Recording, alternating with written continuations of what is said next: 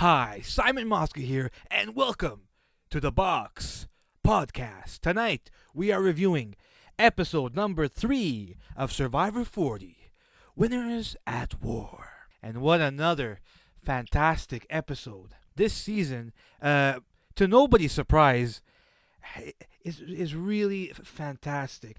I mean, we all had high expectations, and for me, this season so far is actually exceeding my expectations. We had another stellar episode tonight. Unfortunately, a sad ending. We lost a good one, guys. Ethan Zahn, man. That was crushing. That was soul crushing to see this guy's torch get snuffed. But we will talk about that a little bit later. Let's rewind and go back to the beginning of the episode. So what happened this week? A lot happened. Some chaos, some shark fighting, some stealth action from cops in the middle of the night. All kinds of stuff happened. It was an action-packed episode. First off, let's talk about the edge of extinction for a little bit. Natalie is killing it there. She is far outshining the other two people on there with her, Amber and Danny, and she's doing a fantastic job on the edge of extinction. So she finds these clues to open up that chest. She gets an advantage, sells it to Sarah, which kicked off one of my favorite scenes that we have seen in Survivor. First of all, that whole scene with Sarah infiltrating the other camp was so much fun to watch. But apart from that, the scene where Tony is kind of guiding her, coaching her, and painting her face with the ashes to make camouflage. Come on, that's television gold. It's gold, Jerry, gold. So that was so much fun to watch. And speaking of things that are fun to watch, that whole shark scene, I mean, that was also really fun. And I like that so far this season is giving us these moments where it takes a break from strategy and we get to see a little bit of camp life. And I like to watch that. I like to watch Sandra casting the net and securing a shark for her tribe. And, there's a lot of boneheads out there that don't like Sandra and they think she's a bad player. Now, how you could win Survivor twice by being a bad player is impossible. It cannot be done. So these people that dislike Sandra, they're let's face it, all right? It's a hard truth, but it is the truth. If you think Sandra is a bad player, you are a estúpido. You are a knucklehead. Plain and simple. It's a fact. Of course she's a good player. She won twice. And in this episode, you can see her social game is great if she likes you, if you're on her side. Tyson started a kind of a war, sort of, when he put it out there, hey, maybe we should get rid of Sandra. And Yul, in his confessional, explained to us how valuable Sandra is because she catches fish and she's good to have her on camp and he trusts her.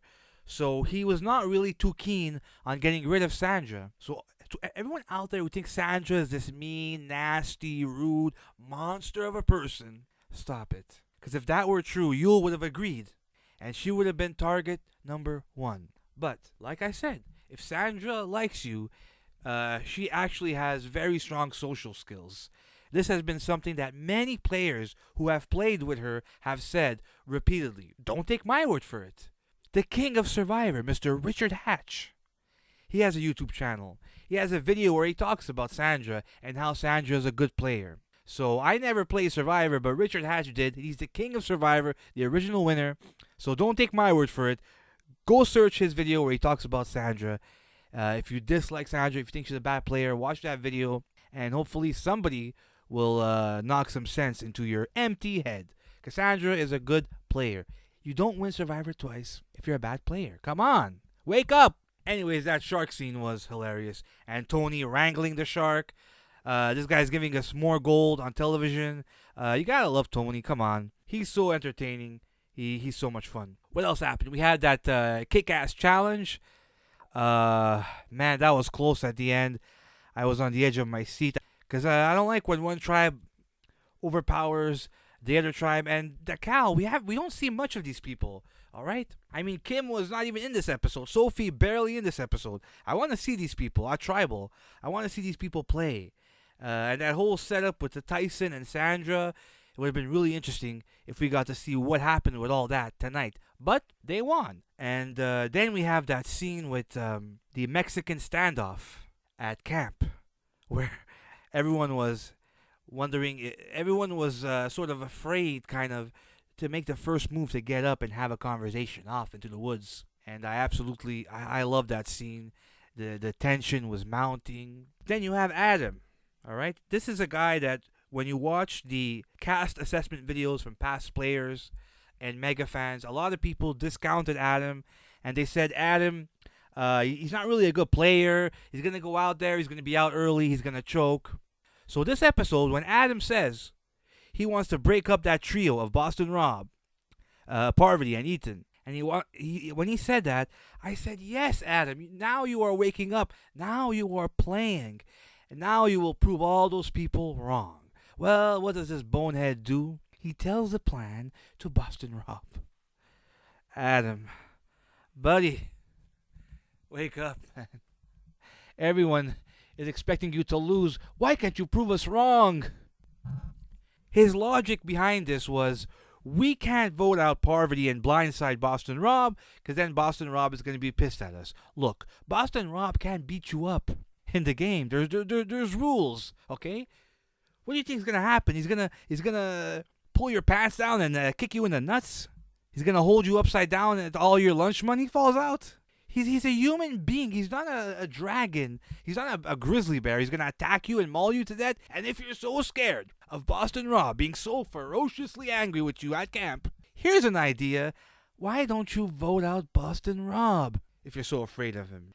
But anyways, he tells Boston Rob the plan, thinking in his little shriveled up brain, thinking that Boston Rob will be like, oh, well, thank you for... I can't do a Boston Rob impression, but whatever. He thinks that Boston Rob is going to say, oh, well, thank you for telling me, Adam. I will vote for Parvati as well. I will join you in removing a member of my own alliance. La la la la la. And he'll skip the tribal council and happily vote Parvati, and the next day, everyone is going to be completely happy, and it's a big, happy family. No, you idiot. That's not what's going to happen. Of course, Boston Rob is going to go to Parvati and go to Ethan and tell everyone the plan. And at one point, Adam was on his way to getting his torch snuffed. It was a very real possibility that Adam would have been voted off tonight by his own stupidity. So frustrating. But anyways, we get to tribal. I had no clue what was going to happen, all right? Ethan's name was thrown out in the footage before, but it still was a shock to me, and it was very disheartening to see his torch get snuffed. That was very, very sad, man.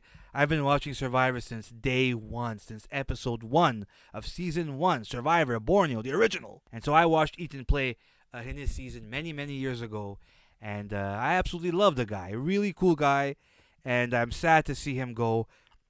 I think that they made a bad decision tonight. Not the decision to split up Boston Rob, Parvati, and Ethan is really a smart decision by the other people. They had to do that. But why Ethan? I mean, if you're going to take a shot, if you're going to make a big move, make the biggest move that you can. They should have got rid of Boston Rob or Parvati, not Ethan. Ethan is not as much of a threat as Parvati or Boston Rob. Ethan is a very soft-spoken, loyal guy. He's not that great at being devious. Parvati is a charmer. She will look you in the eye and she will rip the soul out of your body. And you have Boston Rob, who is a Survivor legend. So if you're going to break up that trio, get rid of Boston Rob or Parvati. Save Ethan for later. So they made a good decision by splitting up that trio, but they got rid of the wrong guy. So I think that they made a bad decision tonight. And basically that's all that's happened in this episode. Anyway, let's do a little recap of the standings of what's going on right there in Fiji right now. Advantages. Denise and Adam, they both co-own an immunity idol found by Denise, shared with Adam. Kim and Sophie, they both share an immunity idol found by Kim, shared with Sophie. Jeremy has safety without power, an advantage given to him by Natalie. And Sarah has steal a vote advantage given to her by Natalie. And Sandra Diaz-Twine has a hidden immunity idol given to her by, once again, Natalie on the edge of extinction. Now, let's talk about Survivor economics. Who is the richest player out there right now? Well, believe it or not, the richest player out there right now is Natalie with 3 fire tokens. This girl was the first person voted out, but she's out there killing it. Who is the poorest survivor out there right now?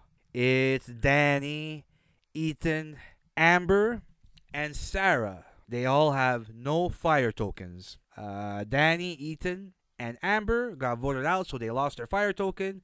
And Sarah bought her advantage, so she sold her fire token. Right now, let's do something really fun. I'm gonna give stars and an anchor. Okay, this is how it works. After every episode, I give a couple of players the stars of the week. These are a group of players that I found really shined in this episode, whether it be strategically or entertainment-wise, and they get the stars of the week. But one player gets the Simon Mosca anchor title.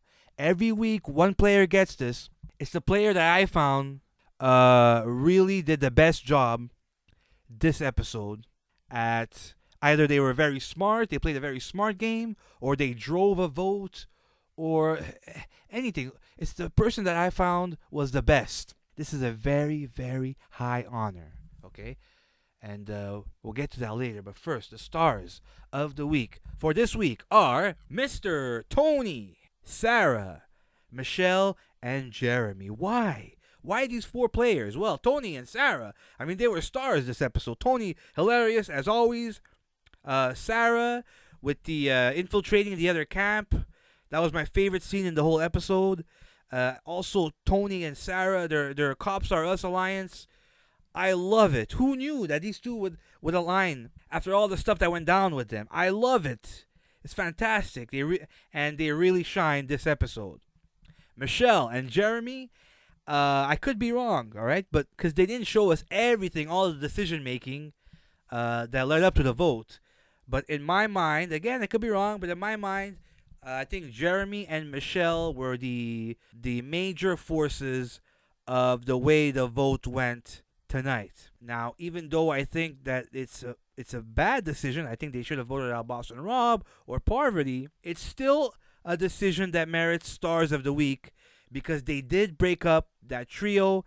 They did weaken Boston Rob and Parvati, and it's for them, I think it's a better decision for them than it would have been if they got rid of Adam. I think that would have been a worse decision. So they were the major forces of the vote tonight. So Michelle and Jeremy get the stars of the week. Now, who gets my anchor prize? This is the highest honor that a human being on the planet can get. This is bigger than the Purple Heart. This is more important than the Academy Award. This is more important than the EGOT. Name it. Name a prize. All right? Best figure skating of the year? No, nothing compared to this. Employee of the month? Nothing. Nada. Nothing compared to the Simon Mosca Anchor Prize. This is really a massive deal, and every week somebody is lucky enough to get it. And this week, it's probably a controversial decision, but my show, my rules. And the Anchor Prize goes to Miss Michelle. Now, I know you're groaning. Why Michelle? She doesn't even deserve to be out there. Why does she get the Anchor Prize, Simon Mosca? You son of a bitch! Well, let me explain, okay? First of all, calm down. Lower your voice. Like I said, Michelle and Jeremy were the major forces that decided where the vote goes tonight. In my mind, I struggled between who to give the anchor to. Is it going to be Jeremy or is it going to be Michelle? I think Michelle, of the two, had more power tonight and was more in the driver's seat of the decision to vote out Ethan. Like I said, I kind of disagree with the decision to vote out Ethan, but the fact that you go out there and you have an idea of something and you gather soldiers and you put that plan into place, that warrants respect. Also, Michelle is somebody that everybody whined and groaned and cried like a baby when she won her season. And she's out there. She has a lot of stress because a lot of people are thinking she doesn't deserve to be in this season. So she's being proactive. Unlike Adam, who has the same thing. A lot of people were saying Adam, he shouldn't deserve to be there. What does this guy do? He goes out there and acts like a bobo brain. Whereas Michelle is calculated, and she does like a solid. I don't want to say a massive move, but a solid move. But she does it correctly. That's the key. You have to make moves, but you have to make them correctly. She didn't go to Parvati and say, "Hey Parvati, we're gonna get rid of Ethan tonight." By the way, that would be incredibly stupid. So, anyways, congratulations, Michelle. She has redeemed herself by getting the highest prize ever that a human being can get: the Simon Mosca Anchor Prize. Congratulations. By the way, you know you can hit subscribe, right? It won't kill you. You know how many subscribers I have? 1. And you know who it is? It's my other account. Because I do travel vlog videos. And I subscribe to my own self. So I only have 1 subscriber and it's just me. So please spare me the embarrassment that is my life right now. And please just subscribe so at least I have 2, right? Subscribe, hit the bell, comment, like, whatever you want. Just do it. Please. I'm begging you. I'm begging for attention. For God's sakes. Ethan got voted off tonight, guys. And I was so excited to see him. And I'm crushed. I'm crushed to see him go. And the only way that I can cure my heartbreak is if somebody, anyone out there, please, subscribe. For crying out loud. I'm slowly dying here. Anyways, thank you for watching. Well, nobody's actually watching, but to the one person that's watching this video, thanks so much. This has been The Box Podcast with my recap of Survivor Season 40, Winners at War, Episode 3. Simon Mosca, I bid you farewell. See you next time, jackass.